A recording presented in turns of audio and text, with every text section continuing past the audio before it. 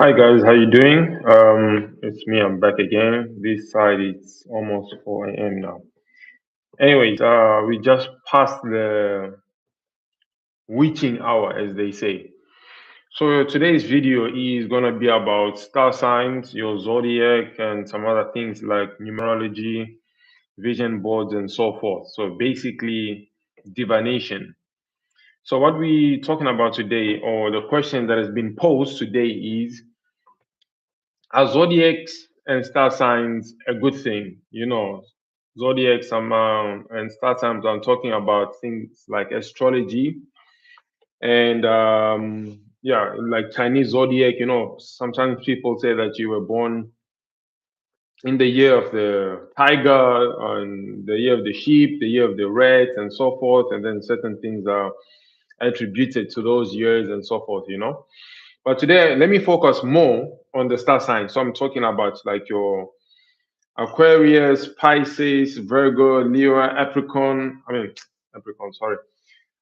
Capricorn, Sagittarius, and so forth. Yeah. So the idea behind it is like, for example, people say you were born in March. So maybe, let's say late March. So maybe you're a Pisces. Yeah. So in general, then they'll give you a description of how Pisces are. And you actually get people who are really into this. You see it all over the place on TikTok, Instagram, online, and whatnot.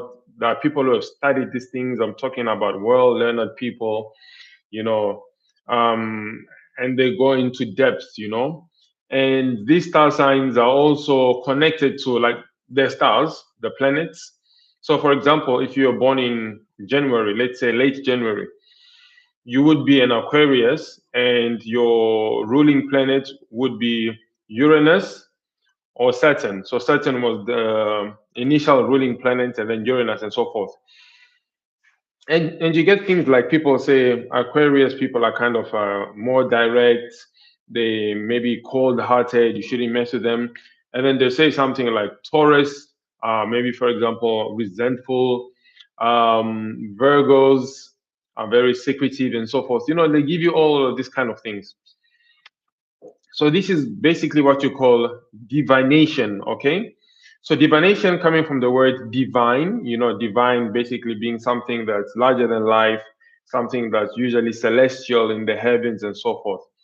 So human beings are actually spirit people as well. So naturally we are going to be interested into the spiritual world as well. You know what I mean? So for example, we are made body, soul, and spirit, right? So it makes sense that we are interested in things of the flesh. When I say body, I mean earthly things, cars, houses, and whatnot. But because we have a spirit and a soul as well, we will also be interested in things of the flesh. So let me get right into it. Are star signs good? The short answer to that is no. Why? Because following star signs and zodiacs and involving yourself in these kinds of things will open doorways that demons can enter you and your life. Now, allow me to explain, right? So this is divination. So divination is basically, sorry, I'm looking down because I'm just reading some of my notes over here. Divination is basically going into the supernatural realm to get insights or answers. So now, this realm that we live in right now, the physical realm, the 3D realm, where you and I are connected, this realm is ruled, or should I say, what governs this realm are things like time, space, and matter. So, what do I mean? Time. If I want to come to you, say you're living far away from me, it might take me an hour to get to you. Space, the time I get to go there. And matter are the physical things, tangible things, all right?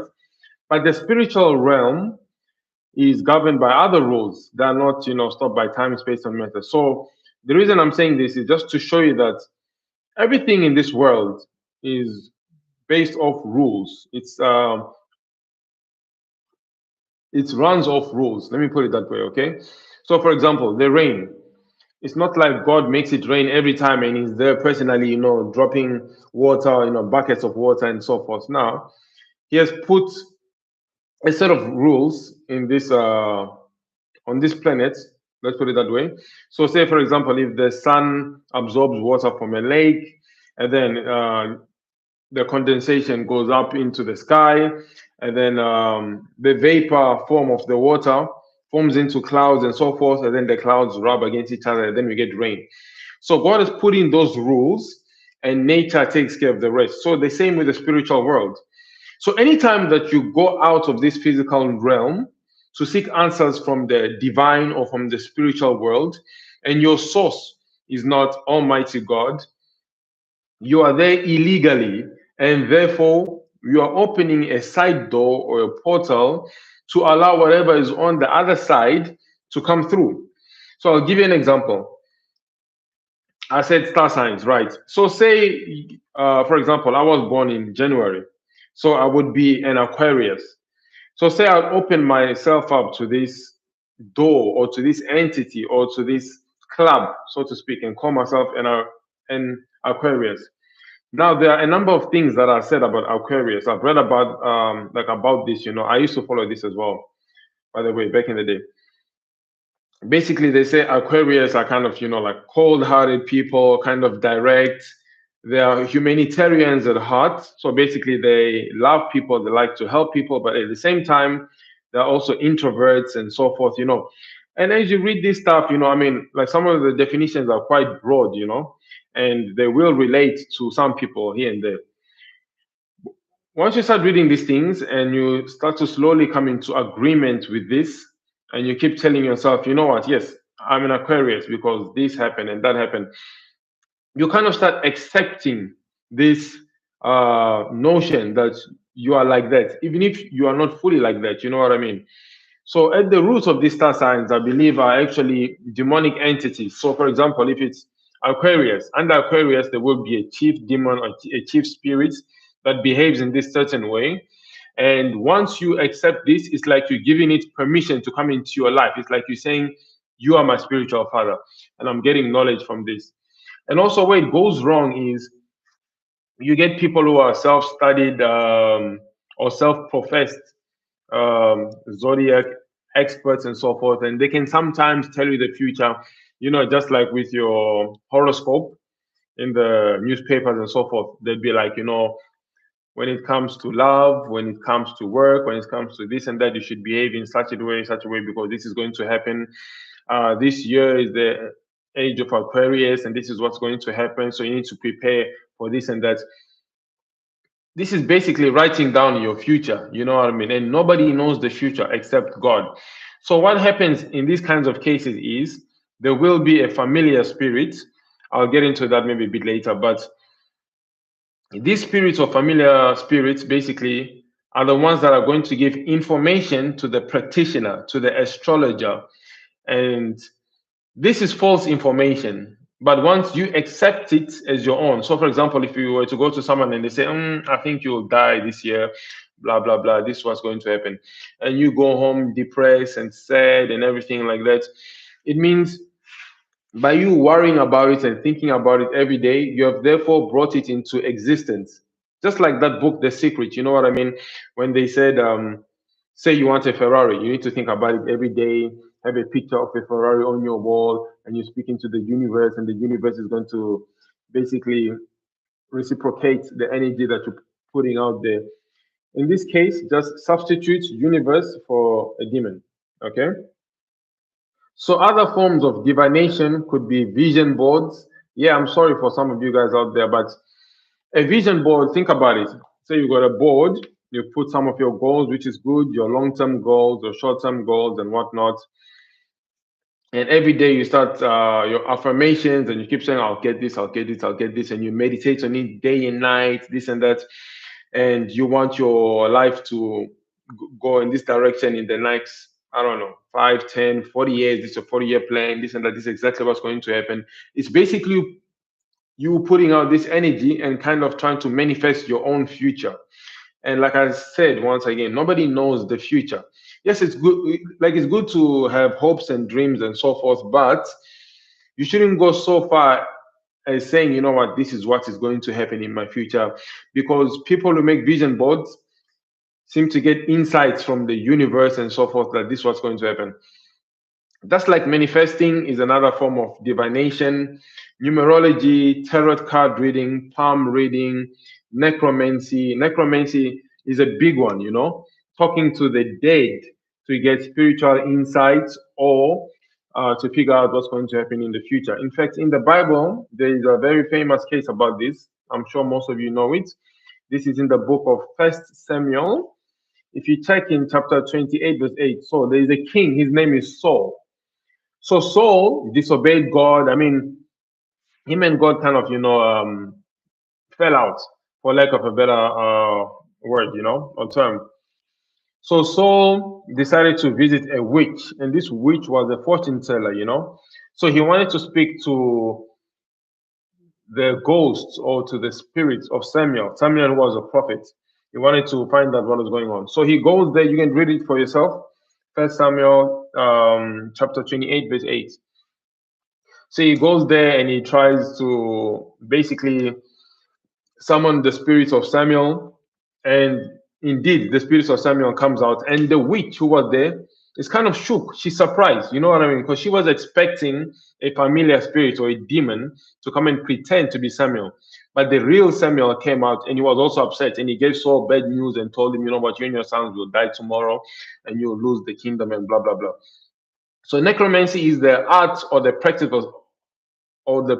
sorry, very tired today, of speaking to the dead. So this means praying to your ancestors. That's a big one, especially for those in Africa. Once a person passes away, even according to the Bible, their spirit is gone. There's a great divide between this reality and the afterlife. They can never come back. Yes, sometimes you can dream about some people that have passed on because you miss them, and so forth, and they're in your subconscious. But speaking to them, holding ceremonies for them, pouring down liquor, and doing all of that stuff, praying to them is a no-no, because whatever you're praying to and whatever is giving you answers or guiding you is an actual spirit or an ascended master or a spirit guide, and that just boils down to a demon. So what do I mean by familiar spirit? So what happens is when each and every one of us are born, God assigns a guardian angel for you. But we do know that the devil is a counterfeit and he copies everything that God does. So he is also going to assign a spirit to your life. This is what you call a familiar spirit, coming from the word family, familiar spirit. So which means it's close to you. This familiar spirit will follow you wherever you go. You know what I mean? I mean, that's if you're not even prayed up. But it basically knows what you do, and these things have been around for years, decades. Who knows how old they are, and they're quite intelligent as well. So the devil cannot read your mind or anything like that, but they can pick up on patterns. They can see what are your weaknesses, what are your strengths. They can see that your grandmom died and before she died, she had given you this ring, and this ring was like this. Now here you are going to a traditional healer, to a shaman, dukun, sangoma, fortune teller, psychic, whatever, and you start speaking to this person, and the familiar spirit is going to speak to this practitioner and tell them, tell them about the ring, tell them about A, B, and C. Now here you are thinking, oh wow, how does he or she know all of these details about my life, this and this? I mean, unknown to you, it's only a familiar spirit. And now, in defense of some of these psychics and so forth, some of them actually think they're really helping people. Some of them think they're actually speaking to their deceased parent, deceased child, or whoever it may be. But that's wrong as well. And there's another one for the dreamers as well. So, have you ever met a person who'll be like, you know what, I dreamt that so and so died in a car crash?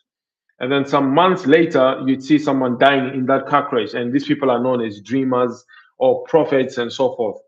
Now, yes, in the Bible, God does give dreams. For example, like in the story of Joseph, who dreamt that his brothers were bound down to him and that he would one day be a king and so forth, and his brothers threw him into the pit. I believe this is in the book of Genesis. Yeah. So in the book of Genesis, you can look it up in the beginning chapters, So yes, this was a dream from God, showing something. But if you keep on dreaming about the future and the source is not even God, do you know these people who dream about the future and so forth, and they're not even Christian? So you're like, who's giving you insight into what's going to happen in the future. You know what I mean? So I'm sorry, guys, but there are only two ways over here. Only two sources of power and insight. There's good, bad, black, white, light, darkness, heaven, hell, up and down. And that's it. There are no in betweens. There's nothing special. There's no fancy trick over here. It's just the devil and demons giving insights. And this is why it opens doorways for you. So, to recap, let's say vision boards, manifesting, numerology. That's another big one. Have you ever seen, for example, 1111 everywhere that you go, or 333 here, 333 there, and then people start trying to look for meanings, and you're driving down the road and you see someone's number plate and it's your birth date or your grandmom's birth date or the date that your father died, and that means it's a sign, this and that. God doesn't communicate in those ways. You know what I mean? And if He does, you'll know it's from Him, and that's after praying, fasting, and basically being obedient to God. But now I'm talking about people who are not even into that kind of stuff, and they keep seeing signs like that and believe that it's some kind of sign from God or something like that. So divination is bad, guys. Stay away from it. So I'm talking vision boards, manifesting, numerology, tarot cards. These are cards that have certain images that can tell.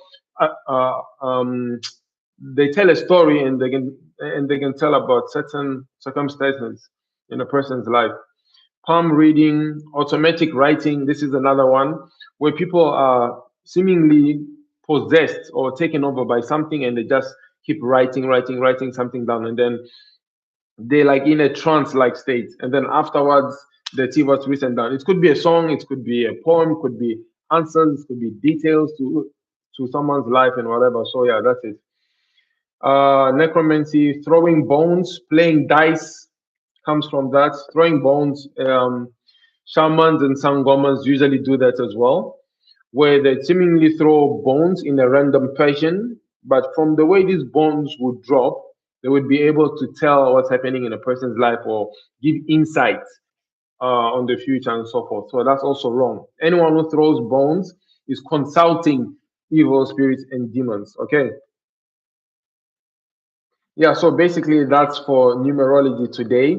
And I'm going to get more into detail with these things and into depth, but I just thought I should put this one out there today. So divination is a no-no. If you want to know about the future and everything, just pray to God about it. And I mean God like the Lord Jesus Christ. And if you are in it, just know that it's evil. And okay, I've got one more thing to say. So those people who are into this stuff, so say you go for, I don't know, some readings with tarot cards, okay? Or you are heavily into psychic mediums, crystal ball gazing, scrying, necromancy. I'm willing to bet that you sometimes get sleep paralysis. I'm willing to bet that you sometimes see images in your room. I'm willing to bet that you sometimes feel like somebody is watching you. Things are not going really smooth in your life, or smooth sailing, as they say. This is because you have opened doorways. I'm willing to bet you have nightmares, night terror, sorry. And if I'm right about this, then you know what doorways you've opened. Satan is a counterfeiter. There is nothing that he can create. I said it in the last video and I'll say it in this video. He just copies what the Lord Jesus Christ does. You know what I mean? But his way is bad. So never step out of this realm to get supernatural insights and answers if it's not from God, because it's just opening a doorway. This is just one way that you open doorways, and there are numerous ways, from music, from acupuncture, from reflexology, from yoga, but I'll get into this stuff as we go on. Bear with me, guys. Just really tired today, actually. Need to get some sleep. I've been really busy, and I'm going to get into this stuff. Let me know in the comments if what stood out to you and what you'd like. Cheers.